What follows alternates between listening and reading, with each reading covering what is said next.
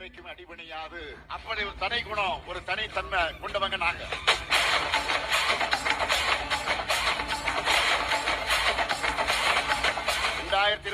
திராவிட model ஆட்சி தான். எங்க தமிழ்நாடு எப்பவுமே டெல்லிக்கு அவுட் ஆஃப் கண்ட்ரோல் தான். நாங்க இந்த உருட்டல் மிரட்டல் எல்லாம் அடிபணிகிற அடிமைகள் அல்ல. அமித்ஷா இல்ல, எந்த சாவார்த்தாலும் எங்களை ஆள முடியாது. இது தமிழ்நாடு. இந்த முத்துவேல் கருணாநிதி ஸ்டாலின் இருக்கு வரை உங்க திட்டம் பலிக்காது. தமிழ்நாடு போராடும், தமிழ்நாடு வெல்லும்.